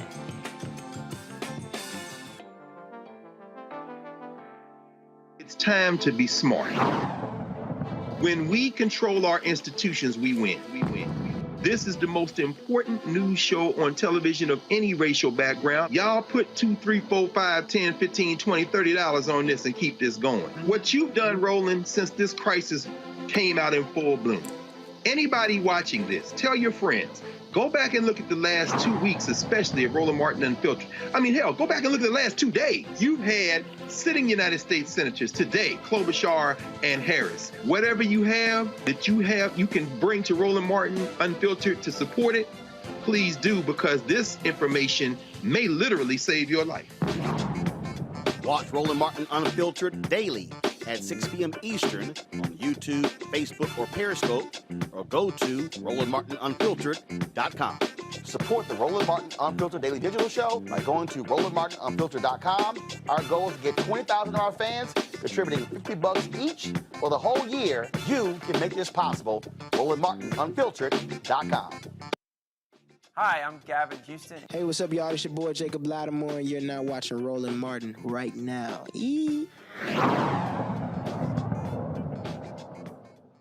All right, folks, we told you at the top of the show, we focused on the unfolding crisis along the Texas border dealing with Haitian migrants. It has been a considerable issue. Again, you've seen the video and the photos. Let's roll that, please. If you have not, it is an unfolding crisis where the United States is actually sending folks back, thousands back. And what was interesting here, you've got folks like conservative Dana Lash, who's calling people saying it's dumb because those are not whips, those are reins. Oh, really, Dana? That's the sword you're going to fall on, that what we're seeing are not whips, they're reins. So you're defending the swinging of horse reins operating as whips. Yeah, I gotcha. Joining us right now is Nana Jumpi, Executive Director for the Black Alliance for Just Immigration. Glad to have you here. And I was talking earlier, and I was calling some folks out. I was calling some folks out because, you know, you got these FBA, ADOS, B1 folk, all these people, and many of them were criticizing me because my maternal grandfather's ancestors migrated from Haiti in the 1800s. You ain't really ADOS. You ain't an American descendant, as if they just forgot about my mama's mama line and my daddy's mama and daddy line. And I said this here because there's a lot of black people, and I've dealt with them over the last more than a decade, who are virulently anti-immigration, who now are expressing outrage. And so I raised the question, are you expressing outrage at the treatment of the Haitians in terms about the Border Patrol, or do you actually have care and compassion and want them to have opportunity to seek asylum? And I think it's important for us to make that distinction because some folks operating right now are being real frauds and hypocrites with what was happening because they are ardent opponents of immigration. And I kept saying, but you better not forget the black folks who are also immigrating to the United States. Absolutely, and thank you for having me on the show, Roland. You know, this has always been a debate. I think the debate has gotten worse over the years. I was born in this country. My parents come from Ghana, but like a Toyota made in Kansas. That is still where I'm from. But, you know, I've been here my entire life. And I've grown up with this debate about, are you really black? Do you have to have family here, multi-generations in order to be black? Look, at the end of the day, some of that is because of what the system puts out in terms of there being a deficit. There's not enough for all of us. We know that when black people succeed in certain spaces, we're all happy that those black people succeed. We are, you know, people are talking about black power and the slogan black power. That came from Kwame Ture, who at that time was called Stokely Carmichael. He was from Trinidad. He was born in Trinidad. The red, black, and green flag comes from Hold on. No. See, I don't want you to run past that. See, for a whole bunch of these folks who holler Stokely Carmichael, Stokely wasn't born in the United States and was the child of folks who were from the country. Say it again. Where was Stokely born? He was born in Trinidad. He's Trinidadian. And then he moved to the United States, but he was born in Trinidad. When people are talking about Audre Lorde, people like to quote them some Audre Lorde. Both of Audre Lorde's parents, not from this country. They love to quote Shirley Chisholm, love to quote Sidney Poitier, love to quote Harry Belafonte. Malcolm's mama. Malcolm grew up eating rice and peas, had to, because that's what your mama eat when you were in the Caribbean, and she gonna feed you what she grew up with. So, you know, we have always been together. This is not some kind of new thing. This has always been the case. We've been together, we've lived together, we've married each other, we have gone to school together, we have been in these streets together, we have, you know, been working together all of this time. And I think, you know, again, when we get the deficit model and people start saying, oh, there's not enough here, then people start fighting. And I don't care what it is, right? But it's dangerous. It's something that, as black people in particular, we need to push back against. We know that we can start a fight. Yeah, I normally am in LA. We can start a LA, New York fight tomorrow, right? And be all about it. But we need to not do that. We need to understand that at the end of the day, we experience blackness in this country together. There's not some special rules that are happening. Ask Botham Jean's mama if we don't experience blackness in this country together. Or Amadou Diallo,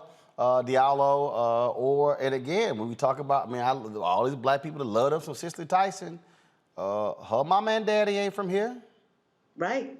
So, I mean, and I think we know that. And that's when we see Haitians, and I think people actually do understand that we have a special relationship with Haiti and this country. And that, you know, and it shows in the outrage that people have expressed. BAJI, Black Alliance for Just Immigration, which is the organization that I'm the executive director of, we pulled together a letter with Judith Brown Dialis of the Advancement Project National Office, which we sent to black leadership the major Black leaders of this country who signed on to express their outrage easily. We didn't have to twist a single arm because they are clear, as we are, and as our people really are across this country and across the African diaspora, the Black diaspora in their heart, that we're connected. We may be, do different things. The people have had different relationships with the countries that they're in, but we are Black folks, and we need to be together and fight against white supremacy, colonialism, imperialism, all of the things that we know are oppressing our people together. We're not going to do it in silos. So what is next? I mean, obviously, you have the order from the federal judge that says they cannot be using this Title 42 against families. So what's next? What do you want our audience to do? Those who are watching, those who are listening, what do you want folks to do? So there is that order. However, the Biden administration is not listening to that order, and they're certainly appealing. In fact, they've appealed all of the orders that have come out from the court that have ruled that what is happening at the border is unlawful, that it's illegal. And so we need for folks to contact the White House. We need for folks to contact their congressperson to contact the White House.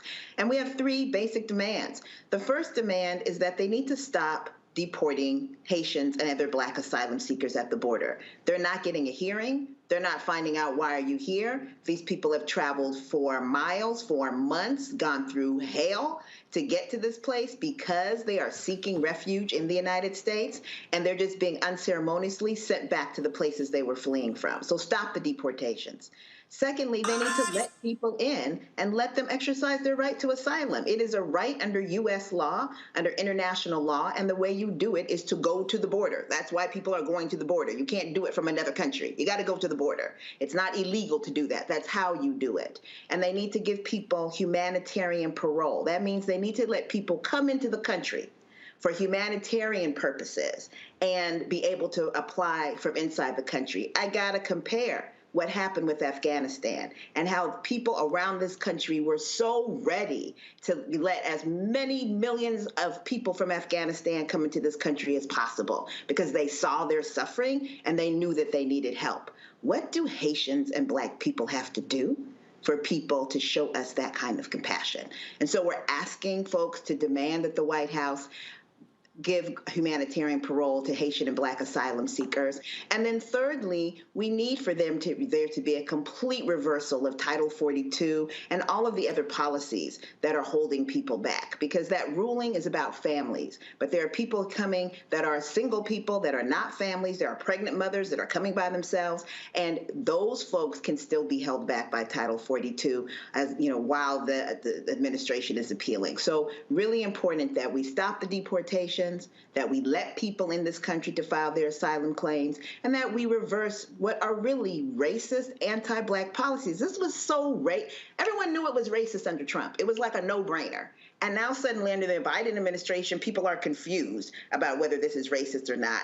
And if you were confused, look back at those photos of those cowboys called Customs and Border Patrol with those horse reins called whips when they hit you across the face and the back, rounding up people and scattering Black people from a place that they've come to for refuge. Look at that and tell me that this is not a racist anti-Black policy. There's 100,000 undocumented Irish in this country. You think they would face this? We know what the reason is, that this is considered acceptable. And it's because of that these are Black people. That's why it's considered acceptable. But we're saying it's not acceptable and that folks should push back. If you go to our website, baji.org, BAJI.org, if you go follow us on Twitter at Baji Tweet, you can follow us on Instagram at InstaBaji. You'll be able to get a hold of our toolkit, which gives you information on what you can do next, how you can help, as well as following, what's going on. Because what we're hearing now is that they're letting certain groups like families in, but other groups they're not letting in. And then when they let you in, there's no place for you to be. So now people are sleeping on the ground, on the concrete, on the asphalt, at gas stations. Buses stop running at 5 o'clock. The government's not doing anything to help people get anywhere. So they're creating a humanitarian crisis on both sides of the border because they just don't give a damn. And we need to make them understand they got to care. All right. Nana Jumfi, I certainly appreciate it. Thanks a lot. Thank you. Appreciate you. Thank you very much. All right, folks. Y'all know what time it is. No charcoal grills are allowed. I'm white. I got you, huh? Illegally selling water without a permit On my property. Whoa! Hey! Give us your ID. You don't live here. I'm uncomfortable.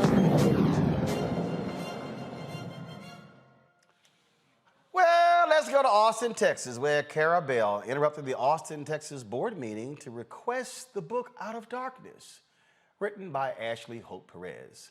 She wants it removed from her daughter's middle school.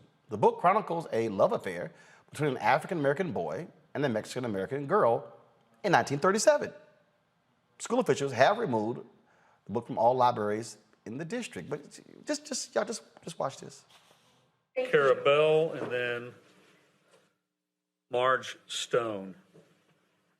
All right, well, I'm just thankful that y'all don't have the ability to make a mask mandate. And tonight I was going to talk about the need for a second high school, but I was sidetracked by, for the boys, pussy or the idea of pussy or the idea of pussy. A Mexican is a Mexican is a Mexican. Take her out back, we boys figured, then hand on the titties. Put it in her coin box, put it in her cornhole, grab a hold of that braid, rub that calico. You can find that on page 39 of the book called Out of Darkness, which you can find at Hudson Bend Middle School and Bee Cave Middle School.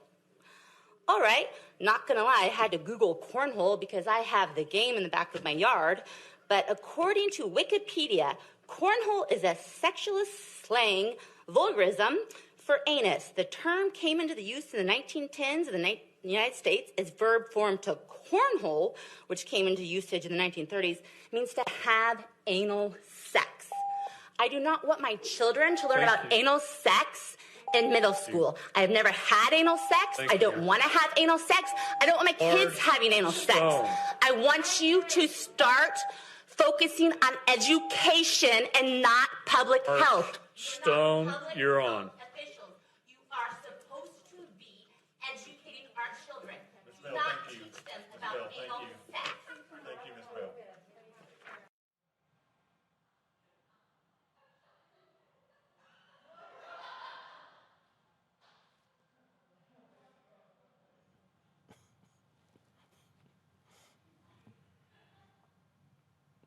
I bet her husband's like, damn, everyone knows now.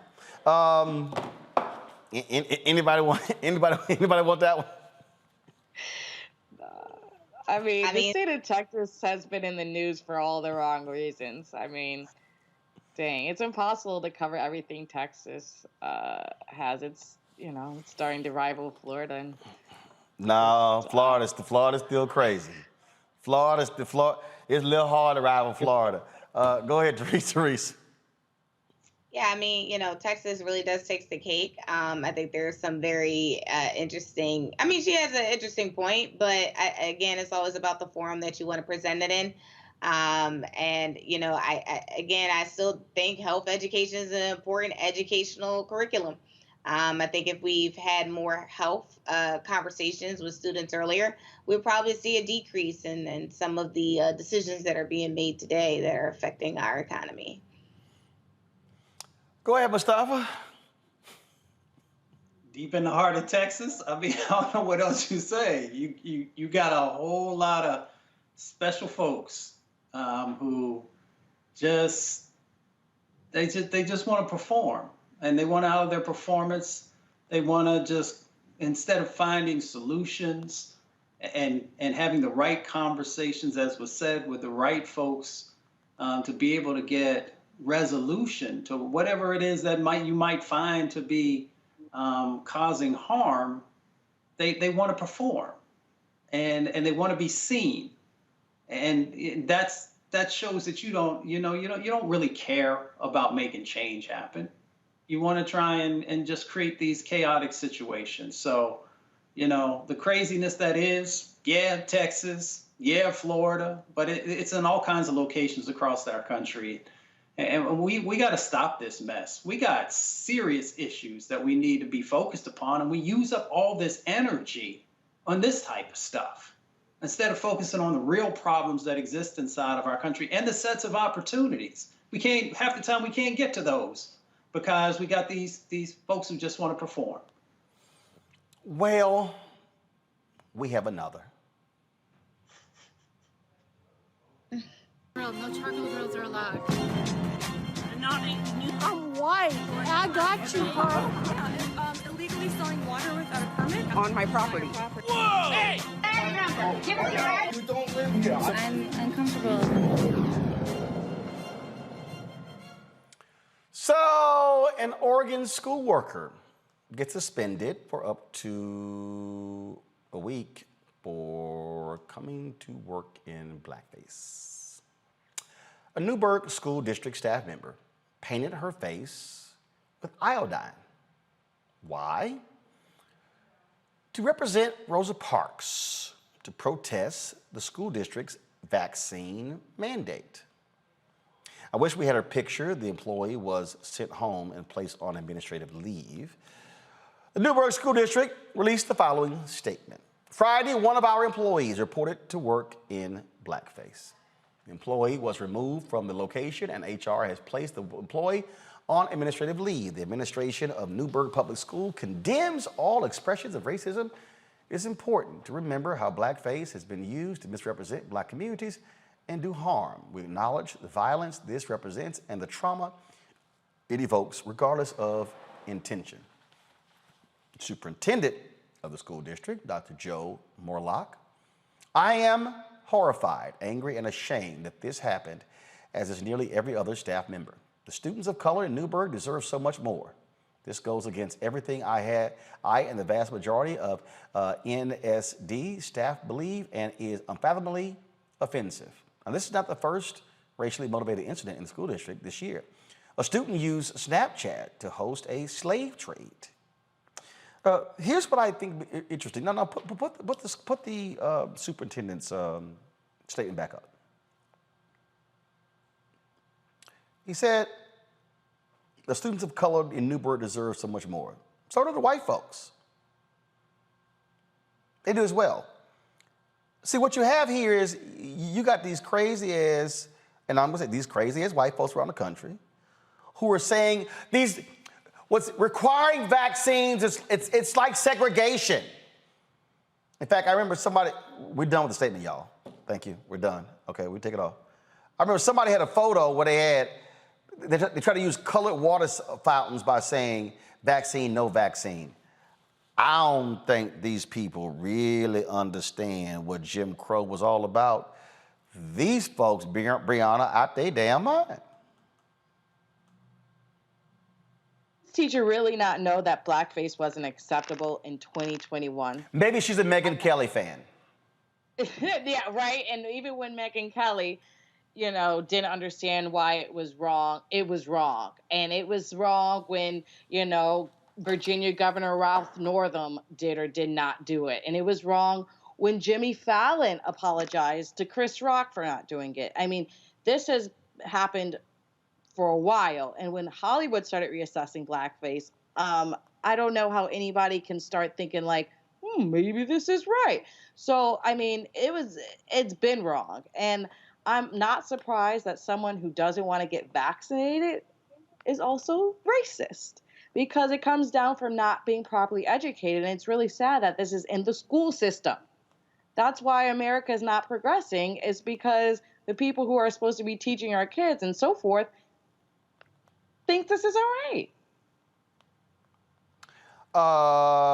Mustafa?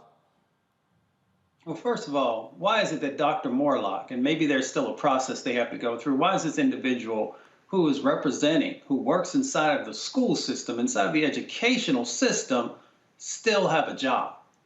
Because the trauma that they created has ripples. As you said before, it's the students of color who feel those ripples of trauma. It is also white students also who in many instances are now beginning to analyze past behaviors and present sets of behaviors. So there are all these different impacts that this individual has created and has done with intentionality. They made a choice to actually go and place the substance on their face and to go into a public setting and to think that that was okay. So there's no reason for them because they made an informed decision. It wasn't like they were walking, fell down, something got on their face, and they didn't know it was on there, and then they were walking around, you know, in public with these types of things. We have to stop making excuses for folks and stop allowing individuals to put trauma on all kinds of different folks. So if you want to act up, if you want to, you want to express yourself in certain ways, then understand that there are repercussions for that. And one of those repercussions might be that you no longer have a job. Teresa? Yeah, I agree. I agree with Mustafa. You know, the Stop Excuses campaign needs to start and stop, not only in the education institution, but again, how we govern each other in public places and in the boardroom. So I think there has been a lot of intentional, and I don't think anybody just wakes up and want to put the blackface on. But again, we're not sure what the mindset of some of these individuals are. When they say they care about the students, when they say they care about individuals or people or Americans, but yet they do these things that try to divide us.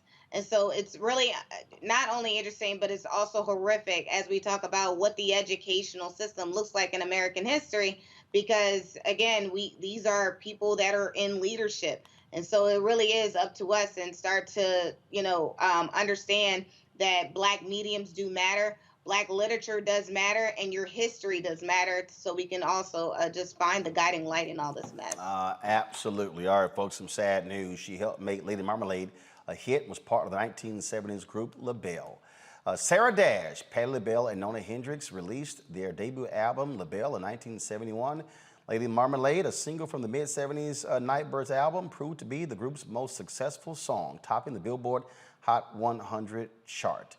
Sarah Dash passed away yesterday at the age of 76. Patti LaBelle posted this video to her Instagram account. This is what she had to say.